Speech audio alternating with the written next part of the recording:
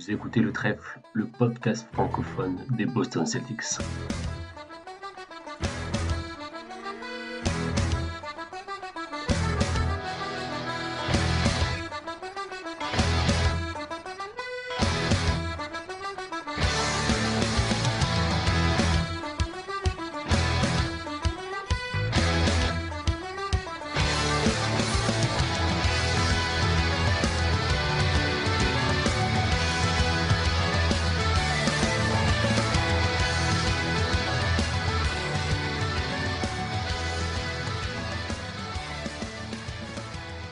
Bonjour à toutes et à tous et bienvenue dans ce nouvel épisode du Trèfle. Titouan au micro pour faire le point sur la situation des Celtics. À l'heure où on enregistre, les Celtics viennent de se faire fraîchement éliminer du In-Season Tournament et affichent un bilan de 15 victoires pour 5 défaites. Les plus matheux d'entre vous auront fait le calcul. Les Celtics ont donc joué 20 matchs. On est donc quasiment, on va dire, au quart de la saison. Le temps pour nous de faire un petit état des lieux maintenant qu'on a un échantillon de matchs relativement parlant. Et au menu aujourd'hui, un épisode un peu plus axé sur le collectif. On parlera évidemment des performances plus ou moins bonnes de certains joueurs, peut-être même de coaching, de rotation, de système. Mais dans l'épisode précédent, les collègues sont concentrés pas mal sur les individualités. Donc aujourd'hui, on va voir où en sont les Celtics, mais d'un point de vue un peu plus, on va dire, où en sont les Celtics en tant qu'équipe. Pour m'accompagner sur cet épisode, j'ai le plaisir, et c'est la première fois que ça arrive, j'ai le plaisir d'avoir tout simplement les deux rookies du podcast en même temps, Vincent et Azad. Salut les gars, comment ça va ? Salut, ça va mal, ça va mal. Je sais pas si on va se remettre de cette élimination en quart finale d'une season tournament. Moi, je suis défait. Non, je plaisante, j'en ai rien à foutre. Je suis un hater des nouveautés. Voilà. Alors Azad, est-ce que tu es de la team c'était mieux avant, faut remettre le Est versus Ouest au All-Star Game, etc. Ouais, je pense que contrairement à Vincent, j'ai pas encore 35 ans, mais je les ai peut-être déjà un peu dans ma tête. Et, et du coup, tu sais, moi, l'hiver, je suis déjà passé à la soupe, à la petite tisane avec du miel dedans pour pas attraper froid. Donc oui, moi, je préférais avant quand le All-Star Game, ça avait un sens, même si j'ai jamais été un grand fan du All-Star Game. Et j'ai pas été un grand fan du In-Season Tournament non plus, surtout des parquets. Et j'avoue que le fait qu'on soit plus dedans, bah écoute, si ça peut éviter que Tatum se fasse une cheville sur un match important ou un truc comme ça, franchement, très bien qu'ils aillent jouer à Las Vegas. Nous, on prendra du repos en plus sans aucun problème. De toute façon, c'est pas vraiment ce qu'on jouait cette saison. Donc vraiment, ça aurait été un bonus, mais j'avoue que j'en ai un peu rien à secouer. Et pour le In-Season Tournament, je suis à fond derrière les Pelicans. Et je vous conseille tout particulièrement le parquet de Las Vegas du meilleur goût. Bien flashy encore une fois dans la droite lignée des autres. Donc, nickel. Celui des Pacers était déjà pas mal. Et du coup, comme Azad, on va supporter pour le In-Season Tournament les Pelicans, ne serait-ce que pour qu'ils éliminent les Lakers. Ce serait toujours un petit plaisir. Même si c'est vrai que je pense que de manière générale, dans l'équipe du Trèfle, on n'est pas des grands fans du In-Season Tournament. Alors, faudra voir sur le long terme. Mais c'est vrai que c'était les comparses de Dunk Hebdo qu'on avait parlé et j'avais bien aimé leur analyse là-dessus, qui comparait ça un peu à un mix entre de la Champions League et de la Coupe de la Ligue. Donc la Coupe de la Ligue au foot en France, c'est qu'en fait le problème c'est qu'ils ont essayé d'imiter ça, mais il n'y a pas du tout les mêmes. Enfin, c'est des équipes d'un même championnat dans une ligue fermée en plus, donc t'as pas du tout les mêmes avantages, on va dire, et les mêmes qualités et défauts que ce que pouvaient avoir ces coupes dans le foot européen. Enfin bref. Personnellement, j'ai pas envie de faire l'enfant gâté, mais ça fait on va dire 5 ans qu'on est proche du titre. C'est vrai que ça, pour l'instant, ça a très peu de valeur et c'est pour ça que j'y accorde pas d'importance. Nous, on joue un truc très grand qu'on espère avoir arrivé dans les années qui viennent. Et là, nous sortir un truc au milieu de la saison qui a pas encore de valeur, même si les mecs avaient l'air motivés. Ça, c'est l'avantage. À mon avis, ils ont réussi leur coup de ce point de vue. Ils avaient l'air motivés. Si proche du titre, d'une fameuse bannière, le truc, tout ça, tous les flonflons, les finales, de les avoir joués. ça a peu de saveur à mon goût. Enfin bon. On est d'accord que je pense que c'est plus un tournoi qui, du moins pour les premières éditions, va plus intéresser des équipes de milieu de tableau, typiquement les Pacers, donc qui ont éliminé les Celtics, qui sont des équipes qui sont en fait trop fortes pour tanker, mais qui ont conscience elles sont pas assez bonnes pour gagner le titre, et du coup ça leur donne un petit objectif plutôt que de vivre une saison dans le ventre mou, classique. De ce qu'on a pu voir avec des équipes comme Détroit à l'époque ou même Orlando à l'époque de Evan et Vucevic. Mais bon, on n'est pas là pour parler du Incident Tournament. Les rageux diront que justement on est des rageux et qu'on parle mal du Incident Tournament parce qu'on a été éliminé et que si on était en finale, on parlerait autrement. Une passe au play-in, j'aurais trouvé ça cool. J'aurais trouvé ça pas mal, genre une place au play-in assurée si tu gagnes le In-Season Tournament, tu vois. Justement, alors c'est vrai que on divague un peu, mais on peut faire une petite parenthèse parce que je pense que cet épisode va pas durer éternellement non plus. Mais c'est vrai que je crois que c'est ce qu'on avait dit en interne. Enfin, en tout cas, moi, c'est ce que j'avais dit, c'est que au-delà c'était pas le in-season tournament en soi qui me gênait, c'était plus la carotte en fait pour le rendre attractif. Et je trouvais que juste mettre une carotte d'un gros chèque quand même, pour de simples moldus comme nous, pour reprendre l'expression de Vincent, c'est vrai que je trouvais que mettre une carotte de style avoir l'avantage du terrain en playoff ou avoir une place pour le play-in ou un truc comme ça aurait été plus intéressant que juste un chèque. Ouais. Un pic 30,5, moi je voulais. Ouais, ou un premier tour, ouais. Tu vois, entre cédé par la draft et la mi-saison. Non, mais c'est vrai que par exemple, alors Hugo nous le dira mieux que nous, mais en NFL, il y a ce système de pick compensatoire de draft en fonction. Alors, je sais plus quelles sont les raisons pour lesquelles des équipes peuvent recevoir ces pics-là, mais en fonction des joueurs que tu as qui n'ont pas pu jouer ou des choses comme ça, tu peux avoir des pics compensatoires à la draft en NFL. Et c'est vrai que j'aurais pu m'imaginer un système comme ça où l'équipe vainqueur remporte un pic de premier tour de toute fin de premier tour, par exemple. Ouais. Mais on bon. va voir. On verra les. De toute façon, on n'y croit pas trop, quoi. De toute façon, après le play-in, c'était pareil. Au début, les gens étaient un peu sceptiques et finalement, ça a pris. Donc, à voir. Ouais. Play-in, j'étais chaud, moi. Genre, je trouve ça cool le play-in, ouais. Mais bon, c'est encore un autre débat. Les gars, on est là pour parler des Celtics qui visent, eux, le vrai titre. Le vrai titre, pas le titre, pas la coupe Peach. C'est évidemment le titre NBA et ils sont plutôt pas mal avec 15 victoires, 5 défaites, même si évidemment on a ce petit goût amer de la défaite contre les Pacers. Les gars, avant, est-ce que vous voulez vous lancer directement? Je vais te lancer Azad en premier. Est-ce que tu veux te lancer directement dans les stats pures et dures ou tu veux juste dire un petit mot sur comment jouent les Celtics avant? Vas-y, fais-toi plaisir. Moi, je trouve que pour me lancer un peu des fleurs, parce que faut toujours un peu commencer par ça, je trouve que c'est la meilleure équipe de la ligue et j'étais assez sûr de ça avec la petite astérix quand Porzingis joue. Et en fait, le 5 titulaire, du coup, il est vraiment ultra dominateur. Et il paraît vraiment, que ce soit défensivement ou offensivement, je lui trouve très peu de défauts. Peut-être le seul défaut, c'est en attaque sur la créativité. Je trouve ça parfois un peu trop scripté. Et du coup, c'est un peu trop facile à lire. Et ça, c'est des défauts qu'on avait déjà l'année dernière. Soit alors avec pas assez de mouvement. Mais quand même, il y a le premier truc pour moi qui est important, c'est de se rendre compte que voilà, il y a vraiment une équipe qui joue le titre.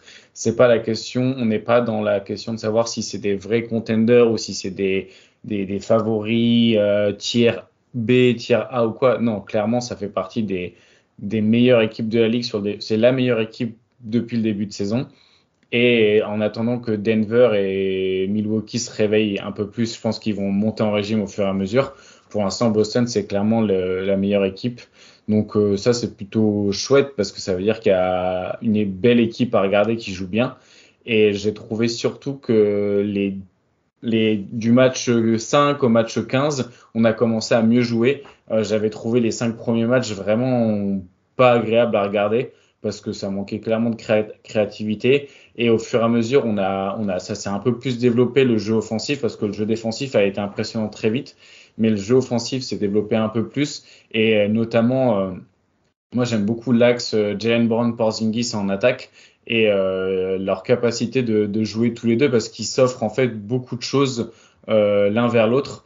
Et ils peuvent jouer à deux sur des actions de pick and roll ou de pick and pop avec des stagger action, donc avec un screener en plus par exemple pour ajouter un peu de complexité, et aussi via des cuts quand il est utilisé un peu en hub Porzingis, c'est que du coup Jaylen Brown il peut vraiment littéralement juste couper dans l'espace vide vers le panier, et ça donne des séquences vraiment chouettes et en plus très efficaces.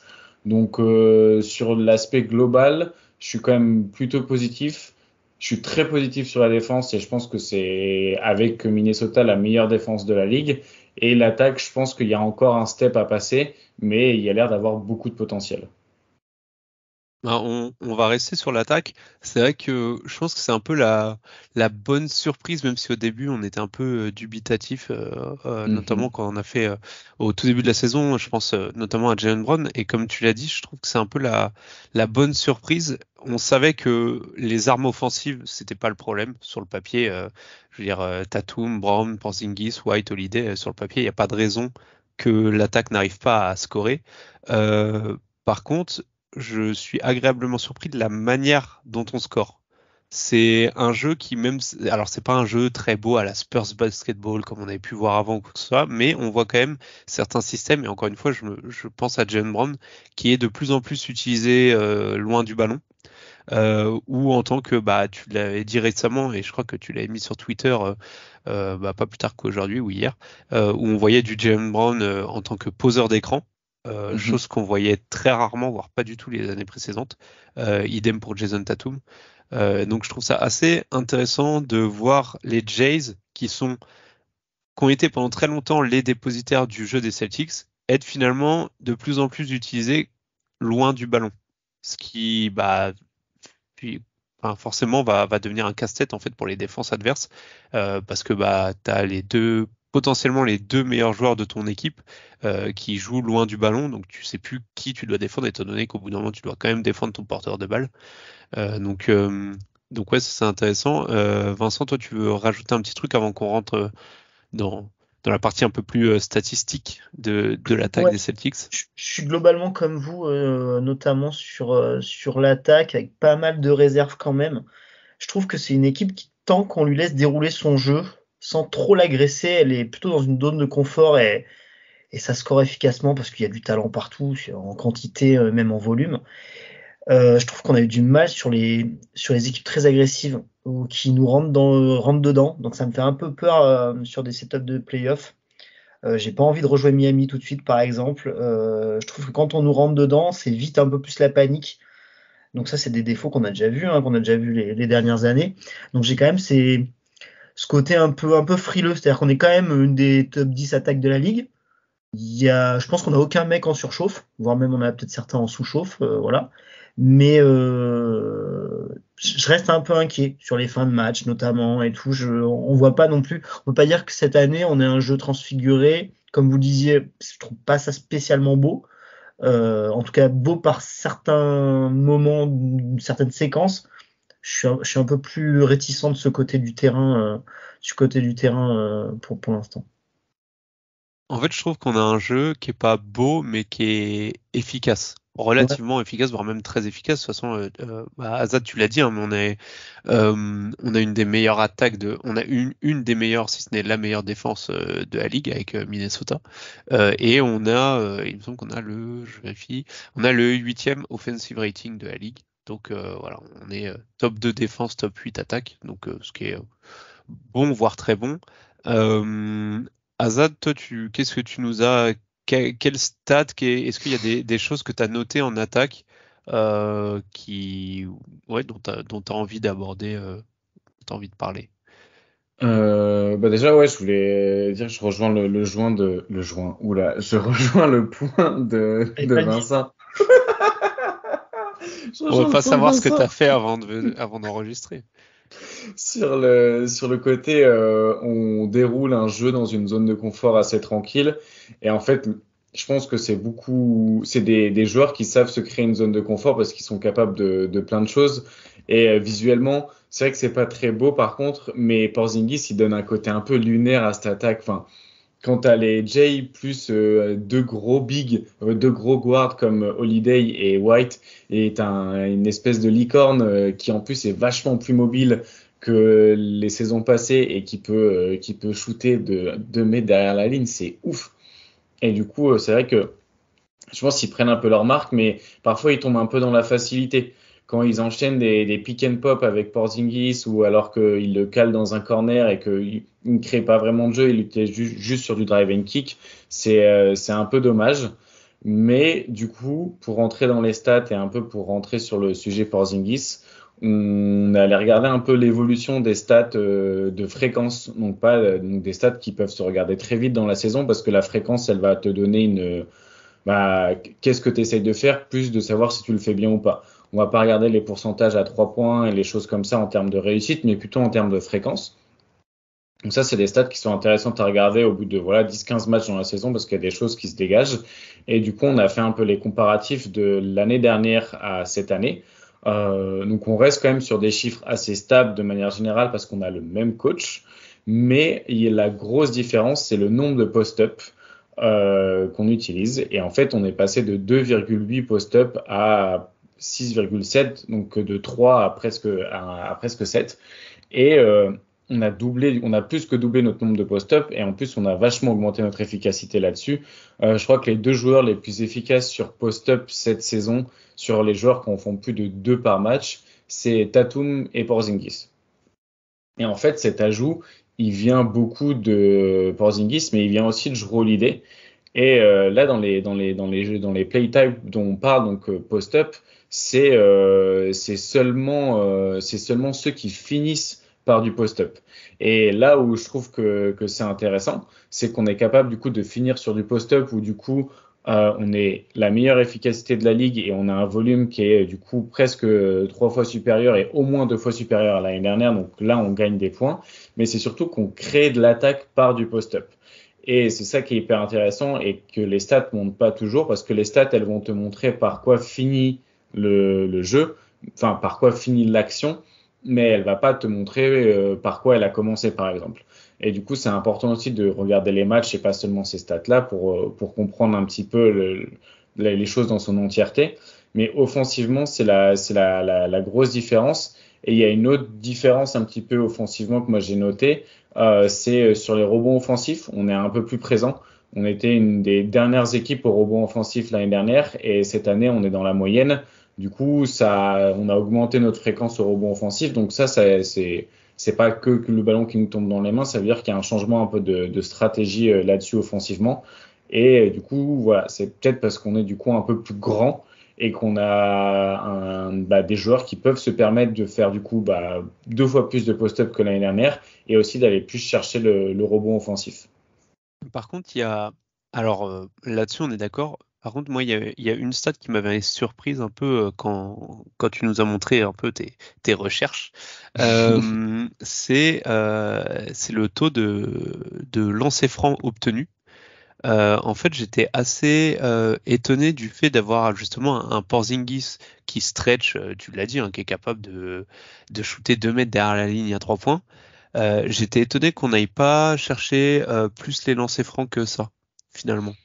Et je pensais parce que je trouve qu'on a un jeu, Mazzulla, on peut pas mal le critiquer sur plein de points, mais je trouve qu'il a de manière générale un jeu qui est pas mal basé sur l'analytique, où c'est beaucoup de 3 points, beaucoup de tirs proches du cercle et limiter, on va dire, le nombre de mid-range ou de shoot théoriquement peu rentables. Et j'étais étonné que le fait d'avoir ajouté du spacing avec un mec comme Porzingis, ça ait pas ouvert plus de lignes de drive ou du moins de permettre à des gars comme Tatum ou Brown d'aller chercher plus de lancers francs que l'année dernière. Eh ben, on fait moins de drive. On fait moins de drive que l'année dernière. En fait, on est la 27e équipe à la fréquence au drive. On en fait 9 par match. il y a que les Spurs et les Warriors qui en font moins, alors que l'année dernière, en fait, au drive, on était pas une des meilleures fréquences, mais on en faisait 11. Donc, tu as quand même une sacrée différence, tu vois, d'une année sur l'autre. Et c'est dommage parce qu'il y a de la place, en fait. Et tu vois, j'ai l'impression que ce spacing, on l'utilise pas assez et en fait, on l'utilise un peu trop de manière scolaire. Et je pense qu'il y aurait des choses un peu plus, avec un peu plus d'innovation à aller chercher. Et clairement, par exemple, tu vois, quand je regarde une équipe comme OKC qui fait faire poser des écrans assez petits, il y a une séquence ou deux, je crois, contre Indiana, où c'est White qui vient poser l'écran avec un Tatum ou un Brand qui peuvent porter la balle ou en profiter, ou même des écrans entre Jrue Holiday et Derrick White. Et je pense qu'on a besoin de faire ça, on a besoin d'un peu innover, parce que c'est pas parce qu'on a un spacing qui est complètement dingue qu'on peut juste se reposer là-dessus. Il faut d'autres choses pour en profiter. Ouais, je pense que vous venez de mettre le doigt là sur un truc super important, c'est le nombre de drives que moi, perso, je trouve beaucoup trop faible. C'est un truc que je vais reprocher à nos deux ailiers, en fait, hein, tout simplement. Parfois, trop se reposer sur du pull-up, alors qu'ils ont de la place. On est une des équipes aussi qui perdent plus de ballons sur drive. Donc ça vient des deux, ça vient de Brown, Tatum. Et ça, c'est vraiment quelque chose de dommage parce que clairement, ça nous fait moins de lancers francs. Et moins de points proches du panier aussi. Donc c'est vraiment quelque chose qui me paraît mais super important à dire parce que je pense que c'est une de nos faiblesses tout court. C'est-à-dire que on a toujours ce côté, si nos 3 points tombent pas dedans, on fait comment pour gagner? Et je pense que les drives et le spacing qu'on a qui est maximal à chaque fois, c'est là-dessus qu'il faut appuyer, et sur notamment certaines équipes qui n'ont pas de gros protecteurs de cercle. Des fois, parfois, je rage de pas les afficher là-dessus, ses adversaires, et d'insister à outrance, notamment par Tatum, qui certains soirs paraît inarrêtable et en plus qui a tellement progressé proche du panier sur ses finitions. Je trouve ça vraiment dommage. Au contraire, Brown, qui cette année m'inquiète sur ses finitions proches du panier, ce qui était sa force énorme l'an dernier, qui cette année me paraît en grande difficulté pour finir sur ses finitions, tout simplement. Surtout que, en plus, Tatum, une fois qu'il obtient les lancers, on l'a vu sur les derniers matchs, il a tendance à en lâcher un peu plus que d'habitude, je trouve. Ah ben, là, on est sur des 4. Alors, on arrive à être bon avec un Brown à 69% en lancer franc et un Tatum sous les 80 qui doit être sa pire marque en carrière. Quand je disais tout à l'heure qu'on n'avait aucun mec en surchauffe, je pense que c'est vraiment ça. C'est-à-dire qu'on est là, voilà, top 10 attaque en ratings. On n'a vraiment aucun mec en surchauffe. On a Jrue qui met pas un panier. Brown qui est qui est pas efficace pour l'instant, même si on va lui trouver plein de choses cool dans le jeu, et Tatum qui est dans ses standards actuels, on va dire, je pense. Donc on n'a aucun mec qui est en méga surchauffe. Ce qui est peut-être du coup une bonne nouvelle, parce qu'en fait on pourrait se dire que ce top 8, top 10 attaque de la ligue, en fait c'est notre niveau plancher. Du moins c'est ce qu'on pourrait espérer. Ouais. Je sais pas du coup peut-être Vincent si toi t'as une autre stat un peu offensive qui t'a. Moi il faut qu'on parle du 3 points, parce qu'on parle toujours du 3 points avec nous, parce qu'on est l'équipe qui prend le plus de 3 points de la ligue, et c'est trop apparemment. Donc globalement on est vraiment la première équipe en termes de ratio à prendre. 48,5% de nos tentatives sont à 3 points. Donc ça c'est le premier constat. Moi, j'ai un peu mis le nez sous le capot pour voir un peu ce que c'était ces 3 points qu'on prenait.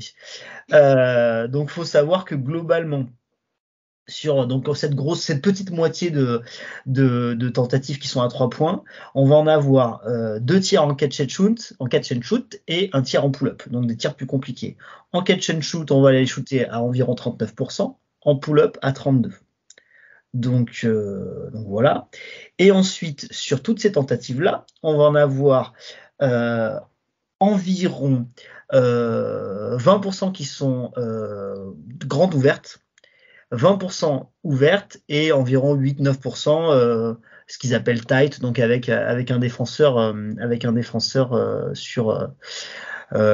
main dans le visage. Et il faut savoir qu'en fait, nos pourcentages, ils sont vraiment très dégressifs. C'est-à-dire, sur toutes nos tentatives wide open, on les rentre à 42%. Et sur nos tentatives open, on les rentre à 34,7%. Donc ça, c'est toutes ces tentatives-là, pour moi, elles sont rentables. C'est-à-dire, sur un gros échantillon, si on arrive à trouver des catch and shoot ouverts, on va marquer beaucoup de points. Globalement, on va tirer environ 40%. Pour moi, la grande inconnue à chaque match, c'est est-ce qu'on arrive à créer des décalages et mettre nos shooters dans de bonnes conditions. Si on les met dans de bonnes conditions, la plupart du temps, ils vont les rentrer. Les Hauser, les Horford, les Porzingis, les Tatum en catch and shoot. Par exemple, tout ça, ça reste des excellents tirs parce que c'est des mecs qui, si on leur trouve des bons tirs, vont les rentrer la plupart du temps. Voilà. Donc ça, pour moi, c'est super important. J'estime qu'on fait pas n'importe quoi. J'estime par contre qu'on fait un peu trop de pull-up. Un peu trop de pull-up. Moi, je reproche souvent à Tatum d'en prendre un peu trop. Brown, pour moi, quand Brown ou Tatum prend un pull-up à 3 points, c'est une victoire de l'adversaire. Parce que globalement, ça fait. Alors, j'ai pas été checker les stats. L'année dernière, ils étaient 4 à les deux, entre 29 et 30%. Cette année, Brown, il est à 29%. Il est pas aux 30%. Et Tatum, j'ai pas été regardé. Mais de toute manière, je préfère. Tatum est un peu mieux, je crois, cette année. Il est un peu mieux, mais je me demande s'il n'y a pas eu 2-3 matchs en surchauffe. On est encore sur des petits échantillons. Mais globalement, pour moi, c'est comme quand Embiid prend un 3 points. Pour moi, c'est une victoire de la défense. Pour moi, quand nos Jays ils prennent un pull-up à 3 points, pour moi, la défense, elle a gagné. Donc, on en prend beaucoup. Est-ce qu'on peut parler des pull-ups de Jrue Holiday aussi, qu'on prend autant aussi. que Jaylen Brown cette saison? Après, historiquement, c'est quand même, j'allais dire, c'est des tirs à lui. C'est vrai que les autres années, c'est des tirs qui prenaient beaucoup. Mais globalement, en fait, pour moi, si notre attaque doit progresser, ça sera par essayer de maximiser les bons tirs. Parce que je pense que si on a des bons tirs, on va les rentrer. Clairement. Ouais, plutôt d'accord, même si je serais pas aussi exigeant, on va dire, que toi, dans le sens où on le sait. Après, on sait aussi que c'est la NBA, que c'est une ligue de stars, et que un franchise player comme Tatum, il aura toujours ses pull-up à 3 points, ses tickets shoot. Et pour moi, tu as quand même certains joueurs, et je pense que Tatum en fait partie, qui ont le talent pour qu'en fait leur pull-up à 3 points soit pas, si je reprends tes mots, tant une victoire de l'adversaire. Dans le sens où, enfin, je pense que moi, je suis l'adversaire, un Tatum qui pull-up à 3 points, je me dis, il peut me le mettre sur la tronche quand même. Là où je suis plutôt d'accord avec toi, ça va être sur quand tu parles d'un Embiid qui prend un 3 points ou des choses comme ça. Bien sûr, il peut les mettre aussi, mais il y a pas, enfin, je sais pas comment l'expliquer, mais il y a pas ce côté. Je veux dire, c'est comme Luka Doncic qui fait un step back à 3 points, tu vois. C'est en soi, d'un point de vue statistique et analytique, il n'a pas des pourcentages très bons sur ces shoots-là, sur ces types de shoots-là. Et pourtant, moi, un Luka Doncic qui prend un step back à 3 points, bah, en tant qu'adversaire, je suis pas serein parce que je me dis, il va me le mettre en fait, ce con, tu vois. Et je pense que Tatum fait partie de ce genre de joueur-là. Par contre, je te rejoins sur les autres joueurs type Jaylen Brown, type Jrue Holiday, même si c'est vrai qu'on l'a beaucoup vu faire ça aussi à Milwaukee. Je pense que ce genre de joueurs-là n'ont pas le talent nécessaire pour qu'on se dise oui, vas-y, continue à en prendre 10 par match. Bon, 10, c'est beaucoup, j'exagère, mais en quoi que Jaylen Brown. Non, les deux, ils sont à 2,6. Jaylen Brown et Jrue Holiday, ils sont à 2,6 pull-up par match. Et Tatum, il en prend un peu plus de 5. Et ils sont tous assez nuls. Le moins mauvais, c'est Jrue Holiday au final, qui est même à 36% sur ses pull-ups, donc c'est plutôt bien. Mais on est l'équipe qui en prend le plus cette saison, hein. On est la seule équipe qui en prend plus de 14 pull-ups par match sur la saison. Ouais, on prend beaucoup de pull-up. On est la 4e équipe à faire le plus d'isolation. Quand on parlait d'une attaque parfois moche, on a trouvé des stats qui le montrent. C'est-à-dire qu'on n'est pas fan des isolations, même si en plus on n'est pas mauvais en efficacité en isolation. On est quasiment à 1 point par possession. Mais globalement, voilà, du pull-up, beaucoup de shot-making en fait. C'est ce qu'on va reprocher. Puis sur certaines séquences, on va dire. Je pense qu'il y a des séquences qui sont marquantes dans ce côté. Parfois les fins de match. On se rappelle de la fin de match contre Minnesota qui était franchement vilaine de ce point de vue. Ouais, plutôt d'accord. Du coup, mais on l'a dit, un jeu plus moche, avec peut-être plus d'isolation, mais pas pour autant. D'ailleurs, on a plus d'isolation, mais pas beaucoup plus que l'année précédente. Non. Donc, mais par contre, peut-être plus efficace. Alors après, on sait que l'isolation, là, on parlait surtout des pull-ups à 3 points. On sait qu'il y a quand même un peu de variance, surtout sur ce genre de shoot-là. Est-ce que on n'aurait pas d'autres je pense à notamment pas mal de end-off ou de jeux comme ça, qui, moi personnellement, quelque chose qui m'a un peu déçu quand je regardais les stats, c'est le peu de la baisse justement sur ce genre de play où on pouvait se dire qu'avec un Porzingis un peu plus mobile, qui pouvait être utilisé un peu en porteur de balle entre guillemets, ou voilà, où l'attaque pouvait tourner autour de lui. Qu'est-ce que vous pensez, vous, de justement des jeux type end-off avec Porzingis qui tient la balle, par exemple? J'ai été un peu déçu. Moi, je trouve qu'on a vu peu de jeux autour de Porzingis, du moins que ce à quoi je pouvais m'attendre. Bah, franchement, moi je trouve qu'il n'y a pas assez. Et je trouve surtout que quand il y a, c'est très bon. Et du coup, c'est un peu une double frustration parce que j'ai l'impression qu'il y a énormément de potentiel à aller chercher sur Porzingis plus impliqué dans le jeu. Et, il crée en fait des brèches parce que en fait, sur End-Off, il est hyper dangereux parce il a un vrai range et il peut vraiment punir de loin à 3 points. Donc ça veut dire que c'est même pas des end-off que tu es obligé de commencer à les blow, tu vois, au corner de la raquette. Tu peux commencer ton end-off vraiment loin. Tu peux le commencer de derrière la ligne à 3 points.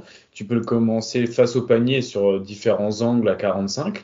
Et en plus, tu peux rajouter par exemple un stagger. Et ça, ils l'ont fait de temps en temps. Je pense que c'est ça qui me frustre le plus. C'est qu'il il y a des flashs de créativité tactique où tu vas avoir un premier mec qui va utiliser l'écran de Porzingis comme un pin down et un deuxième qui va y aller pour un end-off ou l'inverse, et il y en a un qui va feinter de prendre l'écran et qui va repartir au cercle. Et tu vois, toutes ces choses-là, elles sont hyper difficiles à défendre parce que on a des joueurs qui sont off-ball, des grosses menaces. White, c'est une grosse menace off-ball, Tatum et Brown aussi. Oui, je pense pas mal à. Ouais. Je pense pas mal à Brown, justement, notamment sur oui. Enfin, moi, je sais qu'un schéma que j'adore avec Brown, et je trouve que, franchement, si tu dois le faire 10 fois dans le match, tu le fais 10 fois tant que ça marche. C'est justement typiquement un pin down où t'as Jalen Brown qui remonte, qui prend un écran et qui réceptionne la balle lancée en direction du cercle, et là il est quasiment inarrêtable en fait quand il est lancé comme ça. Il a quasiment pas de dribble à poser ou juste un dribble pour se lancer, et enfin ouais, je le trouve vraiment trop fort quand il est comme ça. Clairement, quand il est lancé, quoi. Et je pense que Vincent, il voit ça aussi. En plus, ce qu'on a pu voir, c'est qu'il y a même des flashs de playmaking où, sur des actions à deux, c'est tellement une cible facile, en fait, Porzingis sur des rolls au cercle ou même sur des alley-oops, que même Jalen Brown, il peut le trouver. Mais oui! Et du coup, pourquoi on le fait pas plus, quoi? C'était bien, c'est bien d'avoir vu 5 matchs sans Porzingis aussi. C'est-à-dire qu'on a vu ce que ça pouvait donner. Tu as cité les stats des line-up et tout, qu'on était assez terrifiant et tout. Mais les 5 matchs sans Porzingis, on a vu que ça jouait quand même. C'était moins évident. C'est plus comme l'année dernière, forcément, avec une grosse défense malgré tout, mais une attaque qui pataugeait un peu. Ça va faire du bien de le revoir. Mais il faut insister. C'est ce qui va débloquer plein de trucs pour Brown en plus. On va apprécier le voir jouer et tout. Ça va être cool. C'est pour ça qu'on J'aime beaucoup Brown et Porzingis en même temps sur le terrain, alors que je m'y attendais pas du tout. Et je suis agréablement surpris. Et tu as parlé des cuts en début d'enregistrement, là, des cuts avec Porzingis qui trouve Brown backdoor notamment. C'est des trucs qu'ils faisaient constamment l'année dernière avec Bradley Beal. Donc c'est vraiment, et puis c'est vraiment des points faciles. On a toujours réclamé depuis des années, enfin moi dans mon coin, des paniers faciles pour les Jays. Des paniers faciles. Mais ça, quand il cut backdoor et qu'il va poser un gros tomard, c'est des points faciles. Et quand il n'y a rien qui rentre, ça au moins c'est dedans. Surtout qu'en plus, on a souvent loué, et je trouve qu'on l'a peut-être pas utilisé assez à mon goût, la qualité de passing de Robert Williams. Et Porzingis, c'est un joueur que j'avais vu un peu, comme tout le monde, à New York, à Dallas, un peu à Washington, mais oui, je le cache pas, j'ai pas vu les 80 matchs de Washington l'année dernière, désolé. Mais c'est vrai que la qualité de passe de Porzingis, c'était quelque chose que je ne lui connaissais pas. Je savais qu'il avait des bonnes mains, il est grand, donc en gros, il a un peu les outils pour pour être très dangereux sur des plays où il est en tant que passeur. Mais je savais pas s'il avait cette vision du jeu et cette vista un peu pour faire les bonnes passes dans le bon timing, au bon endroit, avec l'angle qu'il faut pour que le joueur qui réceptionne la balle soit dans les meilleures conditions pour marquer facilement. Et c'est vrai qu'on l'a vu, notamment avec Brown, vous l'avez dit, et je trouve que Porzingis a une qualité de passe qui est assez, je sais pas si j'utiliserais le mot sous-estimé, mais du moins, moi, je ne connaissais pas cette qualité de passe et je trouve qu'on devrait l'utiliser un peu plus souvent. Je suis plutôt d'accord avec vous là-dessus. Ouais. Clairement. Surtout sur post-up aussi. Tu vois, quand il l'utilise pour avoir des mismatchs, parce qu'il crée beaucoup de mismatchs, et c'était le but. Brad Stevens, il avait expliqué dans la conférence de presse après le trade de Marcus Smart qu'il voulait utiliser Porzingis pour créer des mismatchs. Bah, sur les mismatchs, il est vachement capable au post-up de faire des passes, en fait. Quand tu as un deuxième loulou qui arrive sur lui, il est capable il est capable de punir clairement sur des double teams parce qu'il est tellement grand, il a des bonnes mains, puis c'est un mec qui s'inscrit bien dans le collectif. C'est moins un aspirateur à ballon que j'aurais pensé, vraiment moins que Giroud par exemple, que je trouve qui a un peu plus de mal à s'impliquer dans l'attaque. Et là où Giroud par contre est très bon, c'est qu'il s'est très bien impliqué dans la défense. C'est vrai. Du coup, je pense qu'on a fait un bon petit tour de l'attaque. Je sais pas si vous voulez rajouter quelque chose. Sinon, on va passer à l'aspect défense. Juste toujours un peu d'amour pour Derrick White. Oui, c'est important. Tous les supporters méritent un Derrick White dans leur vie. On l'adore. C'est vrai. Et je pense que les fans des Spurs peuvent qu'en être d'accord. Voilà. Du coup, on va passer à la défense. On l'a dit, une des meilleures, si ce n'est la meilleure défense de la ligue. On peut se battre avec Minnesota, si vous voulez. On a aussi ça sur le papier. On le savait qu'on avait le 5 majeur pour avoir une défense élite. Même si on a beaucoup décrié Jalen Brown là-dessus et que d'ailleurs on continue à le faire, même si il faut avouer qu'il y a des progrès. Porzingis, on faisait pour la plupart partie de ceux qui trouvaient qu'il avait une très bonne rim protection, même s'il avait cette étiquette de mauvais défenseur qui lui collait un peu à la peau. Mais d'un point de vue collectif, qu'est-ce que, Vincent, je te lance en premier, qu'est-ce que tu veux dire un peu sur la défense de Boston justement? Je veux dire que j'adore notre défense.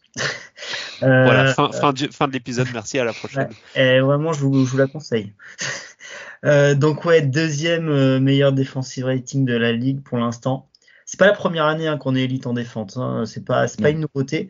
Ce que j'aime cette année, c'est qu'il y a plein d'indicateurs qui, moi, quand j'ai regardé un peu tous les chiffres, où je trouve que ça a une défense qui est extrêmement sérieuse, qui est pas très agressive, mais qui est vraiment dans le contrôle. Et ça, c'est un truc, je me dis, on est dans le flow de la saison, on est sur le rythme de croisière de la défense, et en fait, il y a plein de trucs.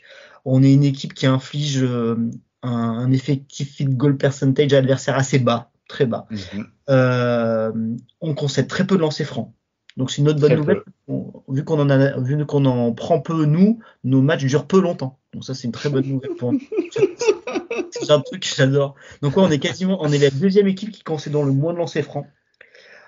On provoque quasiment pas de turnover par contre, parce qu'on n'est pas agressif. Et je me dis que ça, c'est un truc qui peut être upgradé en playoff. On imagine un Holiday capable d'être bien plus agressif sur le porteur de balle, mais pour l'instant, je pense pas que ce soit les consignes. Et on est une des équipes les plus sérieuses au rebond également. C'est-à-dire qu'on concède très très peu de rebonds offensifs. Donc ça fait vraiment équipe défensive de vieux briscard qui est dans le contrôle, qui laisse rien de facile, qui a un personnel excellent, ça on le savait. Mais du coup, je suis hyper enthousiaste. J'ai l'impression que c'est une défense en plus on avait peur un peu avec Porzingis que ça soit très tout dans le drop et tout, et je trouve que Mazzulla a tenté plein de trucs. En fait, autant je le trouve pas très créatif en attaque, autant en défense on voit plein de choses. Il y a très peu de choses qui marchent pas du tout globalement. C'était lui, Robert Williams en roamer, non? Ouais. De ce que je crois, j'avais compris, c'était lui qui était pas mal derrière la défense d'Ime Udoka, je crois. c'est particulier parce qu'il est arrivé avec une étiquette de coach d'attaque, c'est un peu lui qui l'a déclaré, alors qu'en fait, effectivement, ses meilleurs faits d'armes, pour moi, c'est plutôt d'avoir une super défense. Et effectivement, ce qu'on nous avait rapporté, c'était que c'était lui qui avait un peu mis en place Robert Williams en roamer à l'époque, mais vraiment hyper enthousiaste. Il y a plein d'autres petits points. Par exemple, on est top 10 dans les équipes qui concèdent le moins de points sur contre-attaque, sur turnover et sur deuxième chance. Donc en fait, ça toujours pareil, du sérieux, du repli défensif, enfin des choses qui peuvent être à mon avis réplicables tous les soirs quasiment. Et en fait, sur tous nos matchs, je pense que j'ai pas vu une fois la défense nulle contre Orlando où on avait l'air tout mou. Mais sinon, je pense que moi j'ai pas vu le match contre Indiana, mais et encore on les maintient jusqu'à la fin du match assez bas en efficacité. Donc vraiment excellent de ce point de vue. Ça marche. Juste pour revenir sur Mazzulla, je pense que ce qu'il nous avait donné aussi, alors il l'avait déclaré, mais là où on a eu cette étiquette un peu de coach moins défensif que Ime Udoka et plus porté sur attaque, c'est que quand il y a eu le changement de coach, on est passé d'une défense qui était élite de chez élite sous Udoka et qui, à l'inverse, Udoka, son souci, c'était plutôt l'attaque. La première année de Mazzulla, on est arrivé sur une équipe qui était toujours bonne défensivement, mais on sentait il y avait pas ce côté, cet élitisme qu'on avait avec Udoka. Et à l'inverse, on avait une attaque qui était beaucoup plus sympa à regarder et beaucoup plus efficace. Donc instinctivement, tu te dis on a un coach qui est plus porté sur l'attaque que sur la défense. Et c'est vrai que c'est marrant de voir qu'en année 2, finalement, c'est plus du côté de la défense qu'on s'en sort le mieux. Azad, je sais pas si toi, il y a quelque chose qui t'a sauté aux yeux, à part les navigations off-screen de White et Holiday. Non, je vais juste dire que je suis pas trop d'accord avec Vincent sur un truc. Et la bagarre. Tu vas voir, ça va vraiment pas être. Non, mais en fait, je pense que c'est dans la lecture qu'on fait du pourcentage de turnover qui pourrait laisser croire qu'on n'est pas une défense agressive. En fait, je pense que c'est juste qu'on agresse d'une manière différente les attaques. Et tu vois, de poster Jrue Holiday sur Embiid, t'as même des passages où j'avais partagé un article qui le soulignait, où il y avait même des passages où c'était Pritchard qui était mis sur des joueurs plus grands. T'as Hauser qui a commencé des séquences sur Giannis. Et en fait, ça, par contre, personne n'est choqué. Hein. Et du coup, en fait, tu crées. Donc, c'est pas de l'agression, c'est-à-dire que tu te jettes pas comme un mort de faim sur les lignes de passe, mais en fait, c'est pas de la non-agression dans un terme de passivité. C'est juste que tu vas pas essayer de générer des pertes de balles, donc tu vas avoir une défense assez conservatrice où tu vas essayer de limiter en fait le plus de tirs faciles possible, mais du coup en limitant les nombres de tirs faciles, tu décides de pas te jeter sur les lignes de passe. Mais je sais pas, je dirais que c'est pas agressif, je dirais plutôt que c'est un peu conservateur. Ouais. Moi je dirais qu'on est en contrôle. Tu dis la même chose mais avec plus de mots, c'est tout. Alors du coup, moi, je vais me tenter avec d'autres mots pour dire la même chose, mais reformuler. Je nous trouve plus disciplinés. Et je pense que l'échange d'un Jrue à la place d'un Smart n'y est pas pour rien, dans le sens où on sait que Smart, c'était beaucoup de hustle, beaucoup de tentatives d'interception, souvent réussies. Et ouais, je me demande si on n'a pas juste une défense plus disciplinée et qui va moins chercher à faire des big plays, comme peuvent dire les Américains. Donc voilà, juste dire la même chose mais reformuler autrement. Ouais. Donc on est bien meilleur sans Smart, hein, Azad. Laissez-moi tranquille. Non, par contre, c'est vrai que Porzingis défensivement, je l'attendais pas dans un rôle de. En fait, je l'attendais au début dans un rôle de roamer, au tout début du trade, et on m'a dit non, mais en fait. Porzingis, c'est pas un défenseur, c'est pas un roamer, c'est un mec qui défend le drop. Donc après, je me suis dit, du coup, ça veut dire qu'on avait cherché Holiday, donc on va faire du drop. Et puis après, le fait qu'on ait trade Robert Williams, je me dis, ils vont quand même pas arrêter complètement de faire cette technique de roamer. Et je vois pas en quoi Porzingis pourrait ne pas le faire. Et en fait, Porzingis, putain, même sur des mismatchs où il se retrouve à défendre sur des porteurs de balles, il est pas si perdu que ça. Genre, pour l'instant, en défense, moi, je le trouve vraiment impressionnant. Et en attaque, tu le trouves impressionnant. C'est plus visuel l'impression qu'il donne parce que il apporte énormément de spacing. Enfin, j'avais fait une capture d'écran où j'avais garé un Ronomaster dans une raquette pour montrer à quel point il y avait du spacing quand il y avait Porzingis sur le terrain. Mais défensivement, par contre, il fait les choses bien, quoi. Je trouve que Porzingis c'est très propre. Je m'attendais pas à un tel niveau de professionnalisme et en fait, il bonifie vraiment la défense. Et c'est facile, quoi. Et j'ai vraiment hâte. Autant offensivement, j'ai pas hâte d'être en playoff. Autant défensivement, j'ai vraiment hâte de me taper des gros matchs et de voir à quel point on peut annihiler des attaques adverses. Parce que franchement, le 5 majeur, c'est impressionnant. Et par contre, là où on perd défensivement, c'est le banc. Où je trouve qu'on peut-être le meilleur défenseur du banc, bah, ça va finir par presque être Sam Hauser. Parce que Horford, je trouve que il a vieilli, ça y est, enfin. Enfin, malheureusement, enfin, il a vieilli, mais il se fait beaucoup attaquer sur du drop. Enfin, c'est devenu la cible un petit peu des attaques adverses, je trouve. Et par contre, Hauser défensivement et même Pritchard que je porte pas dans mon cœur a montré de bonnes choses. Donc très impressionné par le collectif quand même offensivement. Quand on moins bon défenseur, ça devient à Horford, c'est que ça va, quoi. C'est pas mal. En plus, on peut quand même compter sur lui, je pense, pour des missions. En fait, il pourra pas être tout le temps bon, mais on l'a quand même vu seul. Ouais, mais il sera bon pour le second tour des playoffs face aux Sixers, c'est tout ce qu'on a. Je sous-estime Brad Stevens d'avoir mis une clause dans son contrat, dans sa prolongation, en mettant, écoute, tu peux être nul pendant toute la saison régulière, je te demande juste d'être bon pendant les matchs face aux Sixers, c'est tout. Et en plus, il reste quand même le mec maintenant le plus fort au sol, je pense quand même autant il peut plus sauter, vraiment, ça se voit, ça me fait de la peine. Il saute plus du tout. Par contre, il est tellement fort au sol et tout, et il a quand même fait des gros matchs quand il a été responsabilité. En fait, il est meilleur quand il est dans le 5, je trouve. Peut-être pas tout le temps, mais il a fait des bons matchs en étant dans le 5 quand Porzingis n'était pas là. Ouais, je pense que pour s'attarder un peu sur Horford, oui, je pense que l'âge fait que en fait tu vas avoir 75% du temps un Horford qui va être mauvais ou du moins pas assez bon pour les standards de l'équipe défensivement, mais je pense que il a des qualités intellectuelles, si je puis dire, et de compréhension de jeu qui font que tu sais qu'il fera les bons plays au bon moment quand il faudra en fait. Et je pense que ça, même s'il se fera saucer physiquement, faudra juste le mettre au frigo en fin de saison régulière. En fait. Tu le mets dans un bloc de cryogénisation là.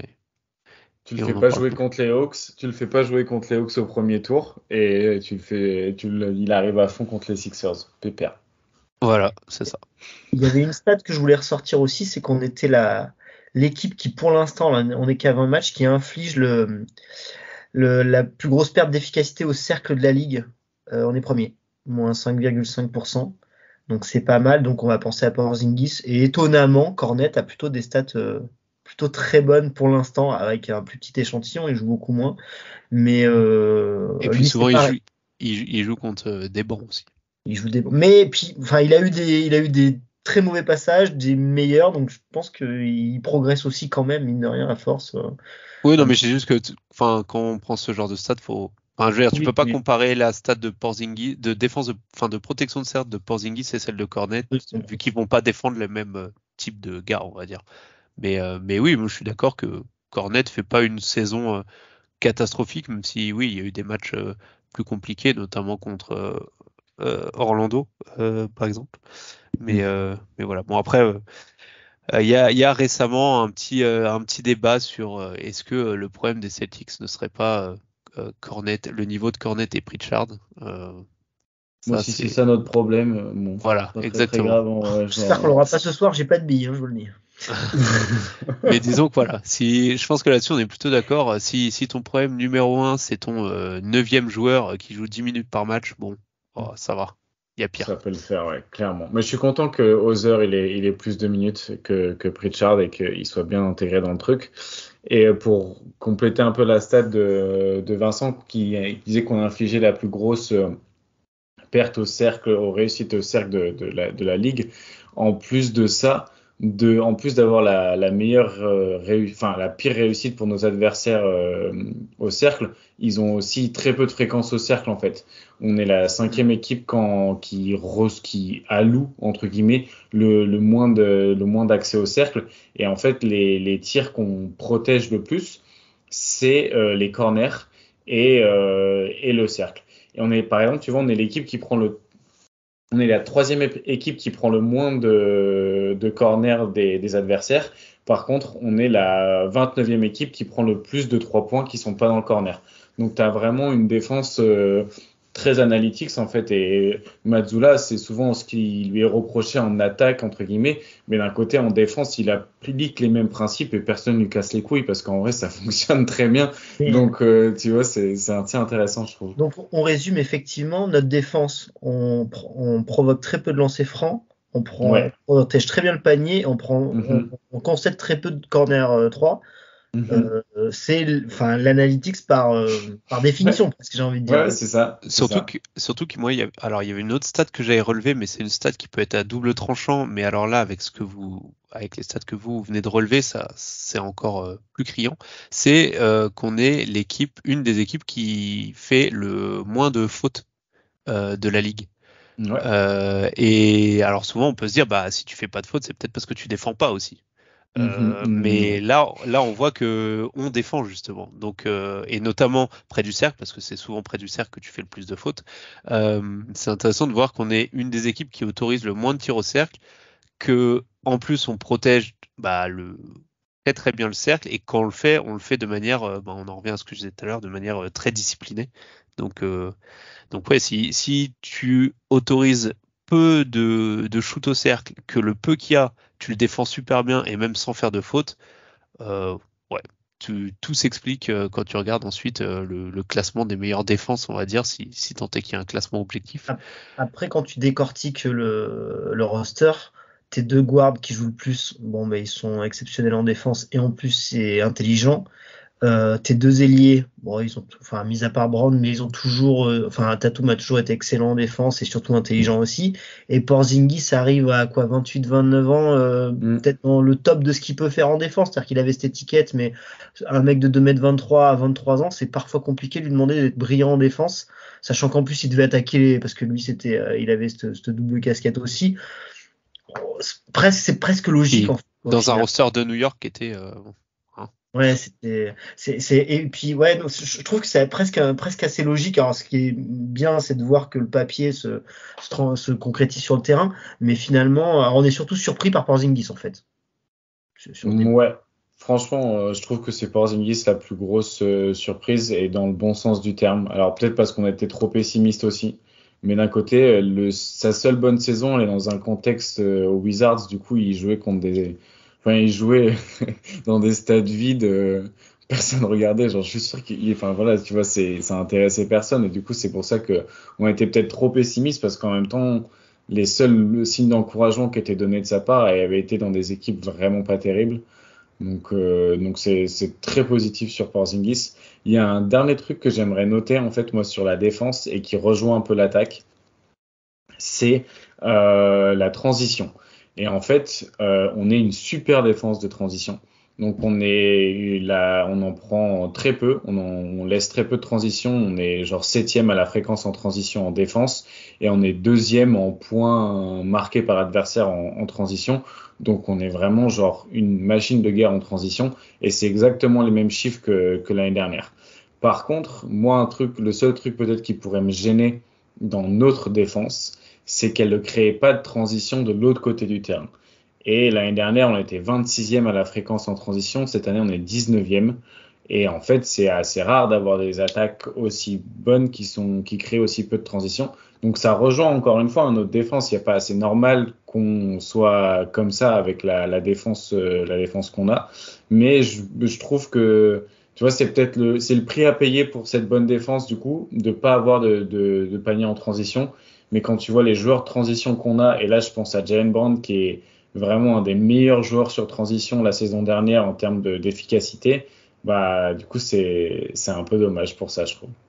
Mais on a souvent eu il me semble que l'année dernière, on en avait parlé déjà, je crois que c'était avec toi, Vincent, qu'on avait déjà abordé le sujet et qu'au début de saison, on avait déjà relevé ce souci que on était une équipe avec un Jalen Brown par exemple, pour ne citer que lui, très efficace en transition, mais qu'en fait on en faisait juste pas assez, quoi.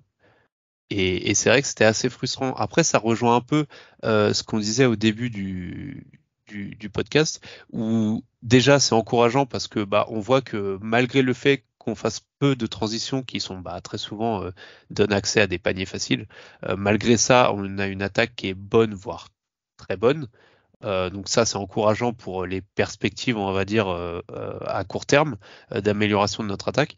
Mais en plus, est-ce qu'on n'aurait pas est-ce que l'explication, ça serait pas aussi qu'on a une équipe qui est un peu plus stable et qui a un peu moins ce côté chien fou et ouais qu'on essaye d'avoir un jeu plus posé parce que je sais qu'on a beaucoup de jeux où on va avoir du Tatum ou du White qui vont qui vont emmener le ballon, qui vont porter le ballon sur montée de balle et c'est pas des joueurs qui tapent des sprints de ouf balle en main, quoi.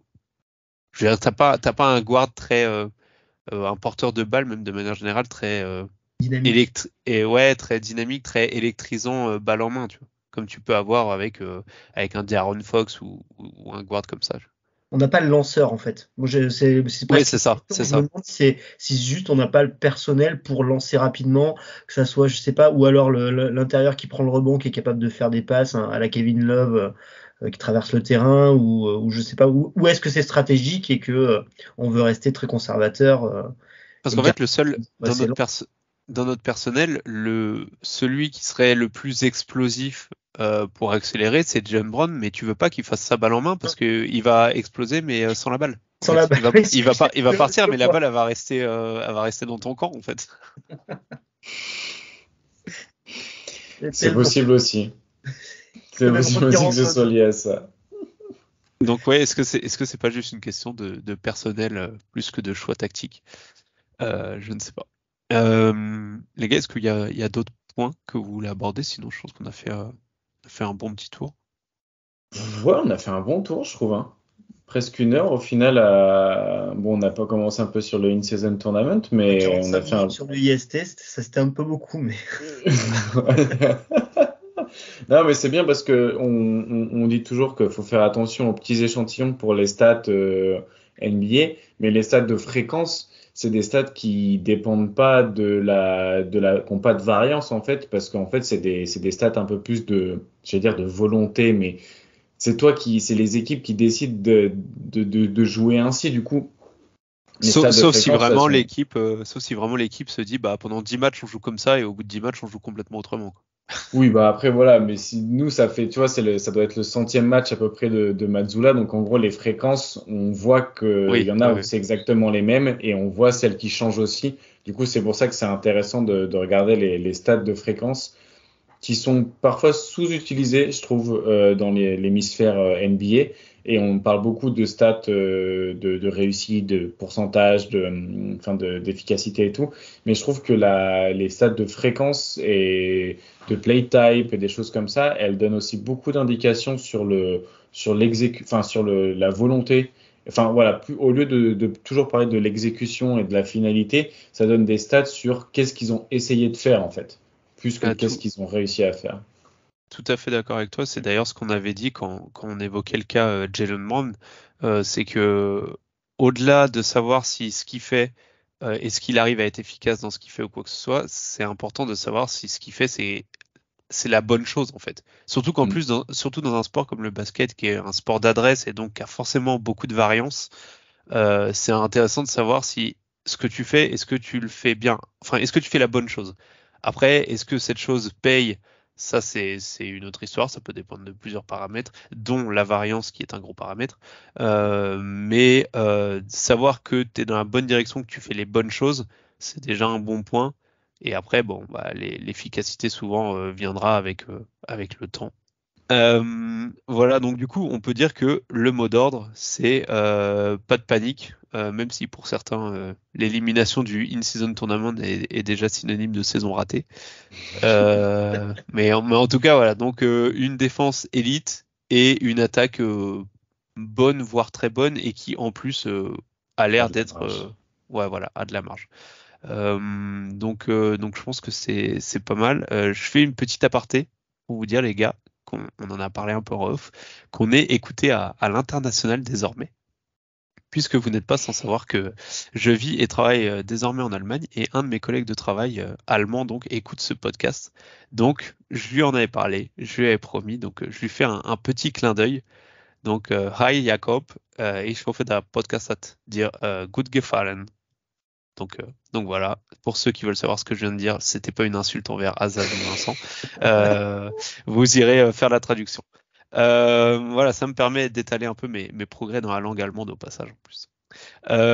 En ce qui concerne le podcast, on fera sûrement un prochain point à la mi-saison. On verra sous quel format, on verra qui sera au micro.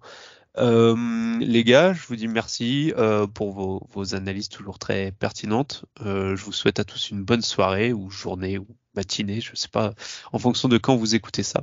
Et je vous dis à la prochaine. Merci, bonne soirée. Ciao.